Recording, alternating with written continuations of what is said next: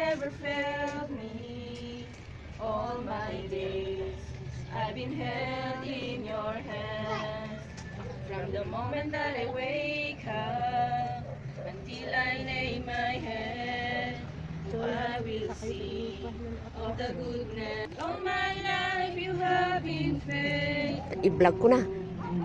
All my life you have been so faithful.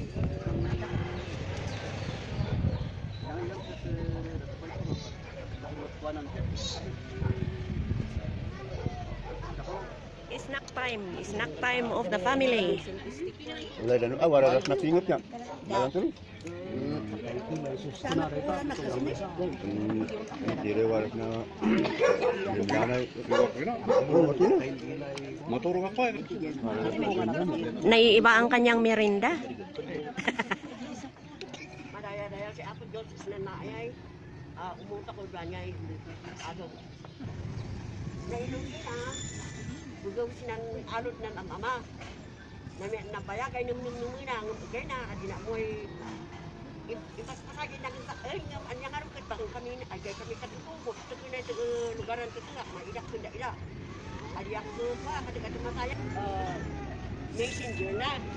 Kadiga messenger adi yung karantin. Nang una-una na ila. At inan ano sada, lupa mo na yung ilaan ito ili. Ay diyan kat ako kasin. Mali daw ng ibag baga. Ito, adi na pala ang napnag. Kasi nakasin mali. Umuna si Arsenio, may kagawa di Filipe. Kasi imali si Filipe, ay tutuwal yung petro. Kaya na ito nga, inuna. Natal, imali, inarano ng timpo na, upaya yung jat matoy. Siya, diyo, tanang gani. Ay,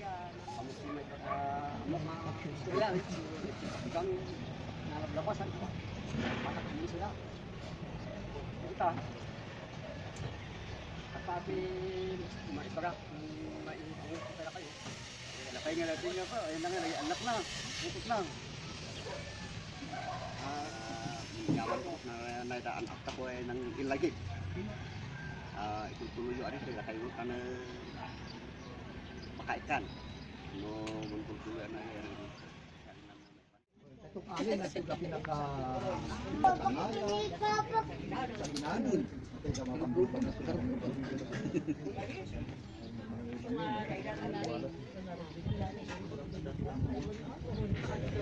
Ako nung sa ito patilaw. Salamat mga met nga salon at sumamay sa yaman kami apos kanilang nga makan kami dasar yaman kami mga nagsagana ka ng boy kan provision mo. Salamat ako iti dali nga nagsaan ako nga daw tatlo nga sabi fellowship kami. Last our fellowship tinatingay nga lamisaan kastamat sa pagkaram ko ng mga ipay pamigsa itinagis ko lang nga bagimi kastamat si kay timang bendisyon patuloy nga alamidan ko tinatingay nga malaw. Patay tayo tinagan mo patay tayo tinagan tinagan ni Jesus. Amen. Amen. Mangan. Sapay ta ko kasi ni Rogino, mangan man is istorya. Kung siya adi man pay kala sa ka dokuman na irog-rogi kasi di sino man pagsulitan. Langarog nga Panura mo na Amerika. Pagkaparaan naman ang pamilya nila. idinaabak ko na nagawit pa isang tunag sublay. Prayer na ka.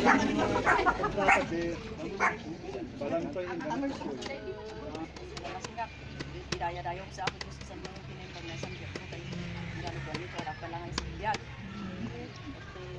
Sabi ko mata, manay na yun na pa eh. Asawa kami ng anak ko, nakailak ko ako sa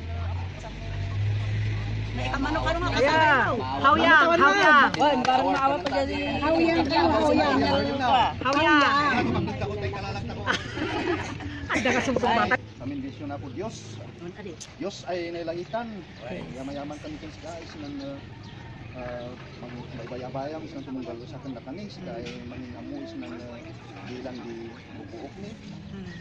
Ay tumisin kami dawaton no di isurong kanda kami na mga ramid is na mangusar na sayaat sa na dagundaway itid mus nan kami biyag ni na nagaw-agaw. Yaman kami kay naisip sa tayong ito na ginagnanan ng ginagwani. Dawapin ni kasi kanan nakaginahin ni wala kun siya. Kanan mangitudisyotik sa mga katungpalis ng gawis ay sir matana at kahit may mag-office ng Diyos.